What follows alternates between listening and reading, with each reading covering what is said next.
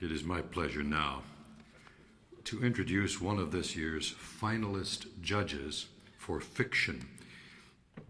She is the Briggs Copeland Lecturer in Fiction at Harvard University. She is the author of 2 novels, Saudade, that's St. Martin's Press, 1994, Mariana, HarperCollins, 1998, selected as one of the top 30 international books of 1998 by the Library of Congress.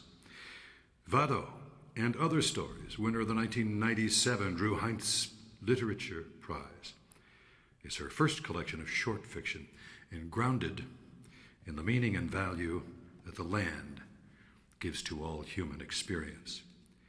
She is a recipient of the National Endowment for the Arts Fellowship, the first Portuguese American to have her work recorded for the Library of Congress, housed in the Hispanic Division. The Portuguese American Women's Association named her their 2002 Woman of the Year. Ladies and gentlemen, here to present the runner-up and winner of the 2008 Dayton Literary Peace Prize for Fiction, Catherine Paz.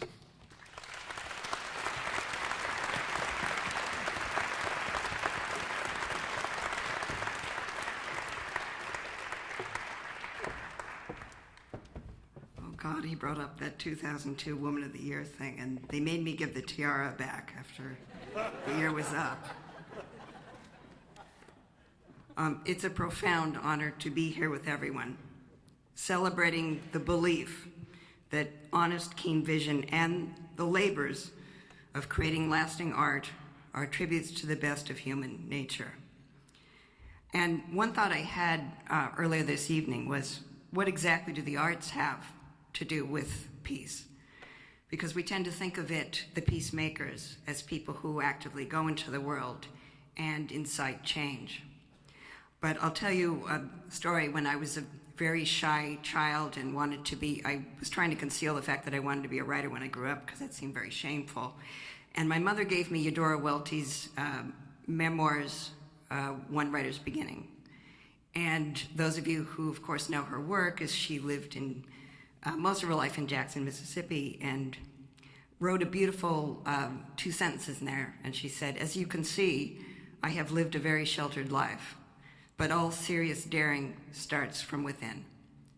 And I think that when we honor people who in the arts do things that move us all, it is that sort of a force of strength and soul-making, I think of it as, to change the world.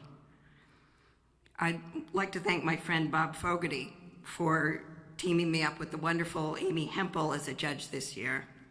And thanks to Sharon Reb and all who've made tonight possible. I'd first like to acknowledge the runner-up in fiction, Daniel Alarco, for Lost City Radio.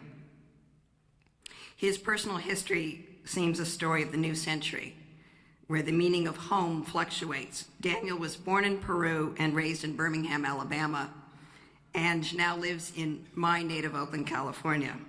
I'm sorry he cannot be here tonight. The novel Lost City Radio is painted in somber watercolors and detonates when the reader least expects it. People vanish in a fictional South American country, but hope straggles to the fore. Souls emerge out of hiding, but no one trusts the mirage. Alarcon's prose exists on shifting tectonic plates where the real and unreal run together as readily as past and present. Norma's voice, the voice on the radio crying out in the wilderness of the disappeared, sounds a note of quiet but implacable defiance. There's a sense that this is the world we've made today, when we should and must be asking where people have gone. The scenes of torture, especially of Ray, Norma's missing husband, burn into the reader's brain, though also entering the story are countless crystalline descriptions and moments to remind us of life's inviting shimmer. The book is a brilliant original contribution to the storehouse of literature that refuses to glamorize violence, even when it is in a so-called good cause. Much as 100 Years of Solitude pitted the liberals against the conservatives in fierce, absurdist terms until everyone spiraled down into craven futility.